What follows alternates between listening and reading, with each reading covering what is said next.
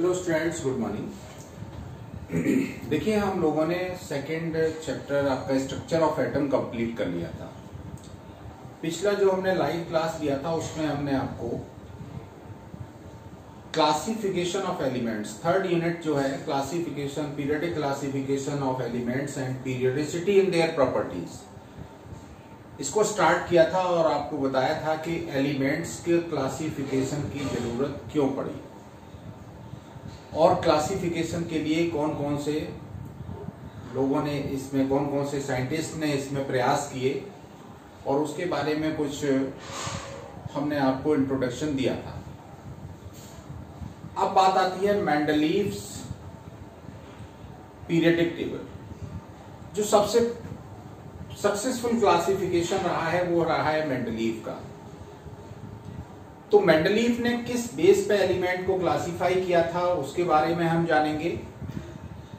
फिर ये देखेंगे कि मेंडलीव के पीरियडिक टेबल किस तरह की थी, क्या उसकी शक्ल सूरत थी, किस तरह से उसमें एलिमेंट्स को अरेंज किया गया था, क्या उस अरेंजमेंट से हमें बेनिफिट्स थे। तो आपको बता दें कि मेंडलीव की जो पीरियडिक टेबल है, जो सबसे पहला सक्सेसफुल क्लासिफिकेशन है एलिमेंट्स का, पहले हम इसके बारे में और थोड़ा सा बताते हैं कि क्लासिफिकेशन की जरूरत क्या थी। इनिशियली बहुत कम एलिमेंट्स पता थे, तो उनके प्रॉपर्टीज को याद रखा जा सकता था।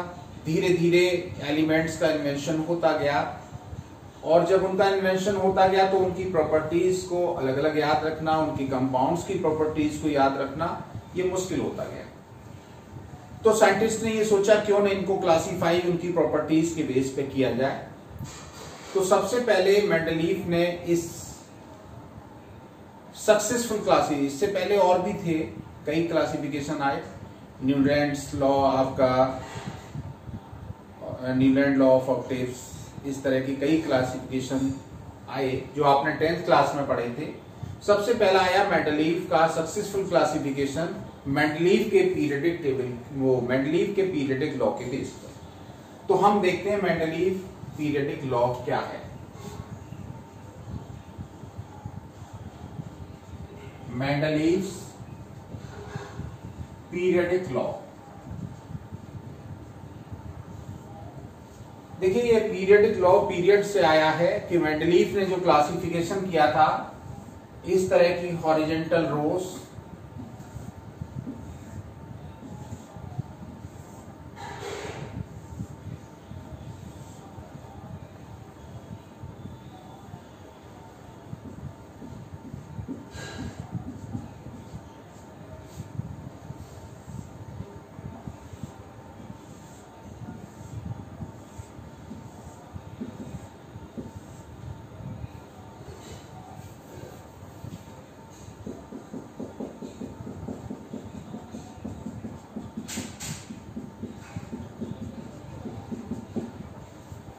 पहले 7 हॉरिजॉन्टल रोज और 8 वर्टिकल कॉलम में।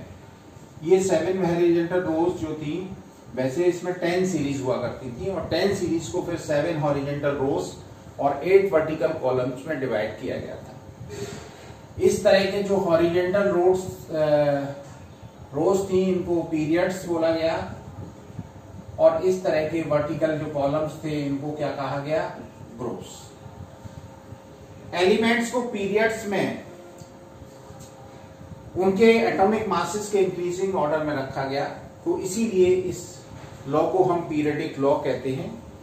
तो जो मेंडलीव ने पीरियडिक लॉ दिया था वो इस बेस पे दिया था। उनका मानना यह था कि जो एलिमेंट्स की प्रॉपर्टीज हैं वो मोस्टली किस पर डिपेंड करती हैं, उनके एटॉमिक मासेस पर, क्योंकि उस समय एटॉमिक मासेस के बारे में ही जानकारी थी, एटॉमिक नंबर के बारे में नहीं थी।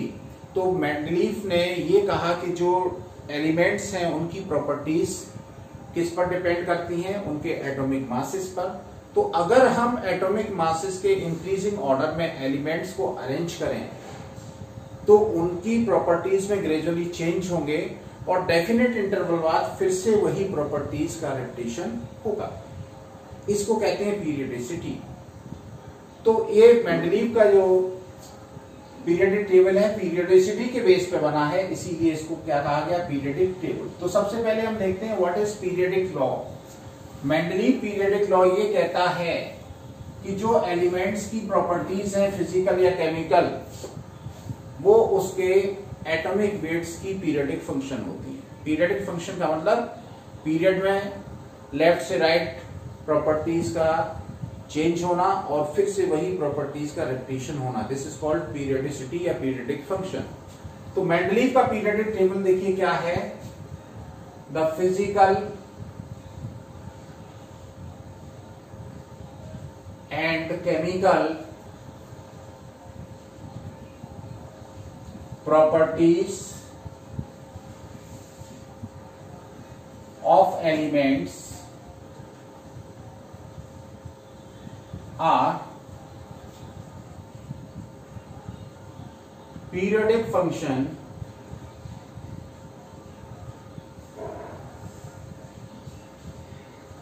of their atomic weights।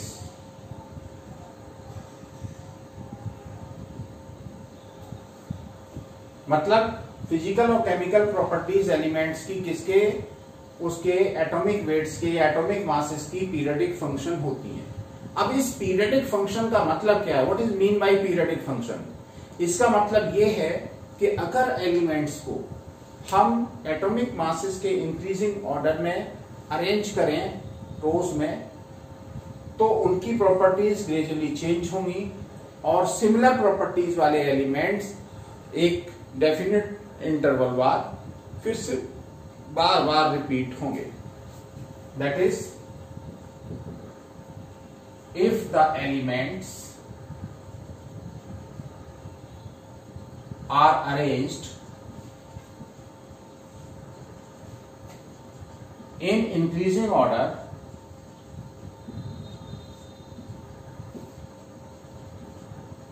of their atomic weights,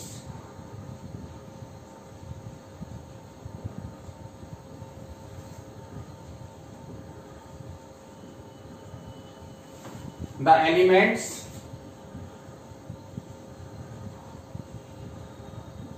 of similar properties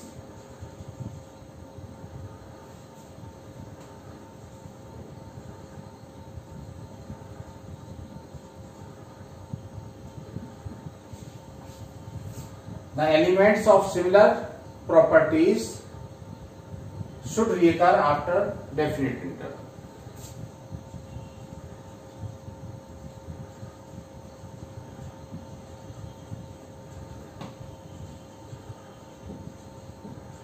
should recur after definite interval।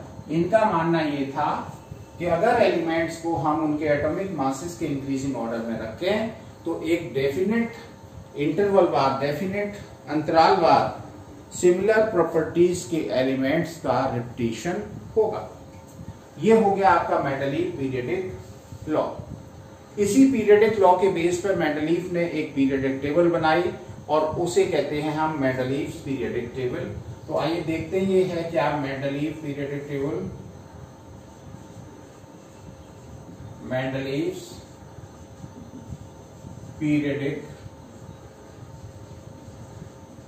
Table, इसको आप ध्यान से सुनते जाइए और उसी के अकॉर्डिंग आप नोट्स बना लें। मेंडलीव ने क्या किया, अपनी पहले हम आपको एक्सप्लेन किए दे रहे हैं, फिर आपको हम हिंदी में एक्सप्लेन किए दे रहे हैं, फिर आपको डिक्टेट कर देंगे और आप नोट्स बना लीजिए। मेंडलीव ने अपने पीरियडिक लॉ के बेस पे जितने उस समय एलिमेंट नोन थे, लगभग 65 एलिमेंट्स नोन थे, तो उन 65 एलिमेंट्स को 10 हॉरिजॉन्टल रोज में अरेंज किया और इन 10 हॉरिजॉन्टल रोज को 7 horizontal columns and 8 vertical columns में डिवाइड किया। 7 हॉरिजॉन्टल कॉलम्स को हमें इन्होंने पीरियड कहा और 8 वर्टिकल कॉलम्स को ग्रुप कहा। ये तो इनका टेबल का अरेंजमेंट था। अब इस टेबल में किस तरह से एलिमेंट्स को रखा, इनमें एलिमेंट्स को इस तरह से रखा कि लेफ्ट से राइट प्रॉपर्टीज में ग्रेजुअली चेंज होंगे और डेफिनेट इंटरवल बाद सेम ग्रुप में वही एलिमेंट आएगा जिसकी प्रॉपर्टी ऊपर वाले एलिमेंट से सिमिलर होगी। ऐसा करने के लिए क्या करना पड़ा, कहीं कहीं तो उन्हें एटॉमिक मासेस के ऑर्डर को बदलना पड़ा। हायर एटॉमिक वेट्स वाला एलिमेंट पहले रखने पड़े और कम वाले बाद में रखने पड़े, क्योंकि आपको ये कंडीशन अप्लाई करनी थी कि ऊपर वाले एलिमेंट से नीचे वाले एलिमेंट की प्रॉपर्टी सिमिलर हो। तो ऐसा करने के लिए कहीं कहीं तो क्या करना पड़ा, उनके एटॉमिक मासेस के इंक्रीजिंग ऑर्डर को चेंज करना पड़ा और कहीं कहीं उनको जगह भी छोड़नी पड़ी। लेकिन जब भी उस छोड़ी हुई जगह पर बाद में एलिमेंट डिस्कवर होके आया तो उसकी प्रॉपर्टीज वही पाई गई जो एलिमेंट जो मेंडलीफ ने पहले ही अनाउंस कर दी थी, जिनके बारे में मेंडलीफ ने पहले ही प्रिडिक्शन कर दिया था। इसका मतलब क्या है, प्रिडिक्शन कर रहे हैं ज्योतिषी थे मेंडलीफ? नहीं, उन्होंने जो प्रिडिक्शन किया था वो सिस्टमैटिक स्टडी के बेस पर किया था। तो इस तरह से ये मेंडलीफ की पीरियोडिक टेबल की थीम है, इसको नोट कर लीजिए। हम आपको एक बार फिर से डिक्टेट किए दे रहे हैं। On the basis of periodic law, Mendeleev arranged the known elements Mendeleev arranged the known elements, 65 known elements at that time, in the form of the table known as periodic table. In this table, the elements were arranged in 10 vertical columns, 10 horizontal rows. In 10 horizontal rows, and these 10 horizontal rows were grouped in 7 horizontal rows or columns and 8 vertical columns. 7 horizontal columns are known as periods and 8 vertical columns are known as groups. Para change करके लिखेंगे, Mendeleev tries to place the elements of similar properties in the same group. During this classification, he has to ignore the order of atomic masses at some places, and he left several gaps in this table for unknown elements. Later on, when these elements were discovered, their properties were found to be same or almost same, which was announced by or predicted by Mendeleev. This is the main feature of Mendeleev's periodic table. तो इस तरह से आप Mendeleev periodic table को define कर लेंगे। अब आते हैं इस Mendeleev की periodic table के क्या कंट्रीब्यूशन हैं, हम इसको रब करने जा रहे हैं। आप स्क्रीनशॉट लेना चाहें ले लें।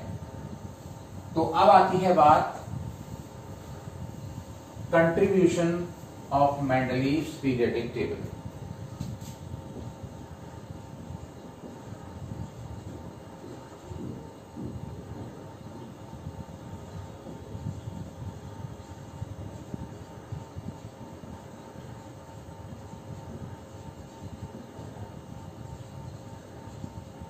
इस Mendeleev periodic table का क्या योगदान रहा हमारी केमिस्ट्री में, इसके बारे में हम देखते हैं।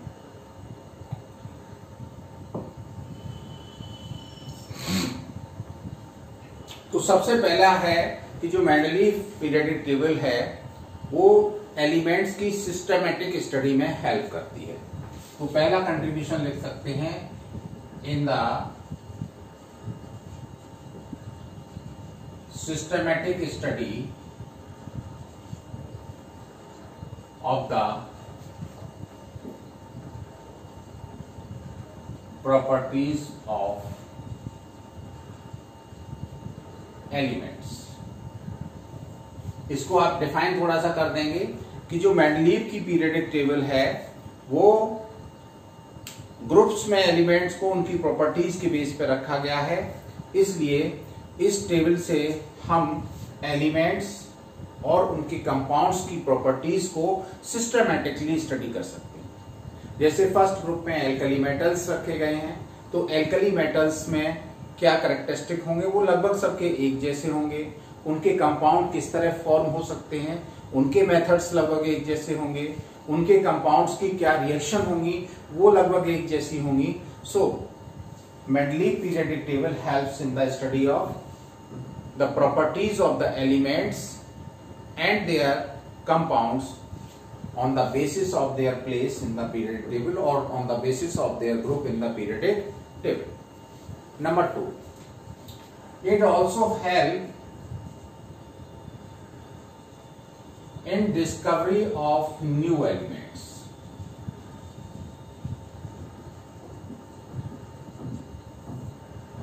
As I have told you that during this classification of the elements, Mendeleev left some vacant places because at that time these elements were not known, but he predicted the properties of elements which will come on the vacant place.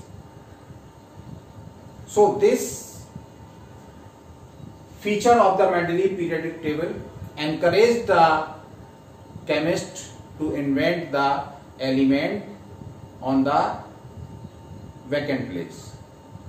And when these elements were discovered, their properties were found same as was predicted by Mendeleev. तो इस तरह से ये हमारी discovery, new elements की discovery में हमें encourage करती है। जैसे एल्यूमिनियम के नीचे आपका गैलियम, सिलिकॉन के नीचे जर्मेनियम, तो गैलियम और जर्मेनियम ये उस समय नोन नहीं थे, लेकिन एल्युमिनियम से मिलती जुलती प्रॉपर्टी इसकी होंगी, इसको बताया था। तो उसमें गैलियम और सिलिकॉन के नीचे जर्मेनियम, बाद में ये एलिमेंट डिस्कवर हुए हैं और डिस्कवर होने के बाद प्रॉपर्टीज वही मिली जो कि मेंडलीव ने पहले अनाउंस की थी। Third, correction of atomic weights.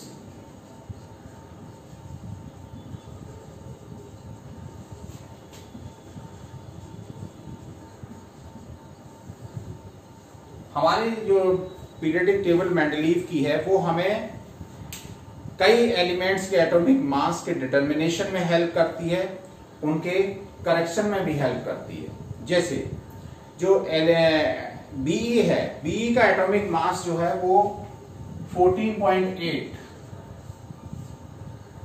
पाया गया था, लेकिन जब इसका पीरियोडिक टेबल में सेकेंड पीरियड में आया, सेकेंड ग्रुप में आया, तो सेकेंड ग्रुप में आने की वजह से इसकी वैलेंसी कितनी हो गई 2, और इसका इक्विवेलेंट मास जो था वो था 4.5। तो 4.5 इक्विवेलेंट मास है, तो एटॉमिक मास इक्वल क्या होता है, इक्विवेलेंट मास इनटू वैलेंसी। इस हिसाब से 4.5 इंटू 2 इसका 9 हो गया एटॉमिक मास। तो बाद में इसका करेक्ट करके एटॉमिक मास कितना कर दिया गया, 9 कर दिया गया। तो इस तरह से हमारी मेंडलीव की जो पीरियोडिक टेबल है वो कई एलिमेंट्स के एटॉमिक मास को करेक्ट करने में भी हेल्प करती है। अब आते हैं defects. What are the defects of periodic table? Mendeleev की पीरियोडिक टेबल में क्या क्या डिफेक्ट हैं? हमारी ये पीरियोडिक टेबल बहुत ही हेल्पफुल हुई है एलिमेंट्स के क्लासिफिकेशन में, उनकी प्रॉपर्टीज की स्टडी में, सिस्टमैटिक स्टडी में, लेकिन बहुत सारे इसमें डिफेक्ट्स रह गए। क्या? सबसे पहला डिफेक्ट है पोजीशन ऑफ हाइड्रोजन। देखिए हाइड्रोजन को आपका फर्स्ट ग्रुप में भी रखा गया है और 7th ग्रुप में भी रखा गया है। फर्स्ट में हाइड्रोजन के नीचे LiVeBC इसके साथ रखा गया है, हाइड्रोजन FClBrI इनके साथ भी रखा गया है।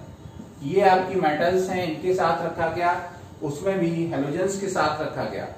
एक ही एलिमेंट को दो जगह पर रखना या दो जगह मिलना, ये पीरियोडिक टेबल का डिफेक्ट है, क्योंकि पीरियोडिक टेबल इस बेस पर बनाई गई थी कि एक एलिमेंट को एक जगह रखा जाएगा जहां उसकी प्रॉपर्टीज सिमिलर होंगी उस ग्रुप से।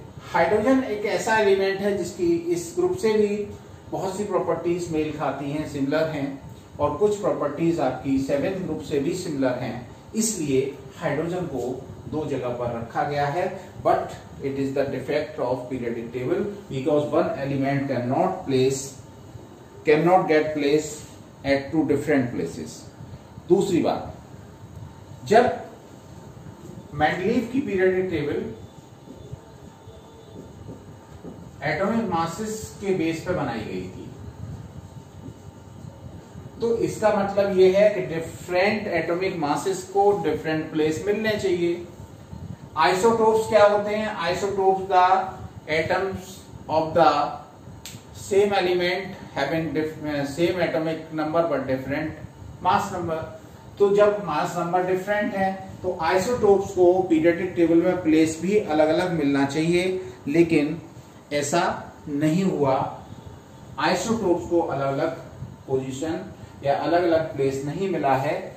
जब आपका एटॉमिक मास डिफरेंट है तो प्लेस डिफरेंट होना चाहिए, क्लासिफिकेशन का बेस यही था, लेकिन ऐसा आइसोटोप के साथ नहीं हुआ है, तो उनके साथ नाइंसाफी हो गई। तीसरी बात, अगर मेंडलीव के हम लॉ से देखें तो नाइंसाफी है। तीसरी बात, position of lanthanoids and actinoids.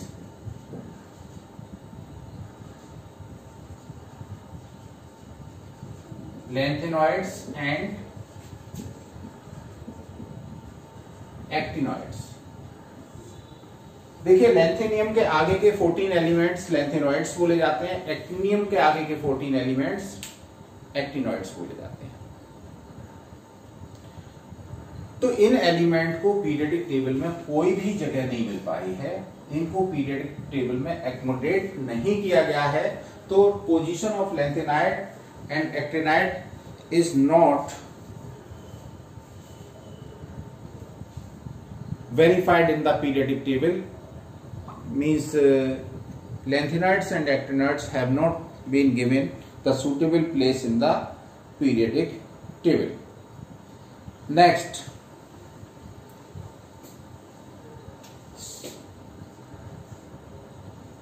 different elements, different properties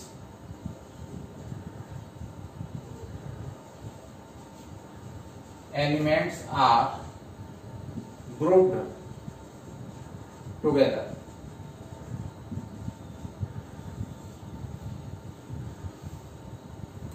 देखिए जब ये क्लासिफिकेशन किया गया था तो इस क्लासिफिकेशन में ये कहा गया था कि जिनकी प्रॉपर्टीज एक जैसी होंगी उनको ही एक ग्रुप में रखा जाएगा। तो आपके डिफरेंट प्रॉपर्टीज एलिमेंट्स को एक साथ नहीं रखना चाहिए या डिसिमिलर।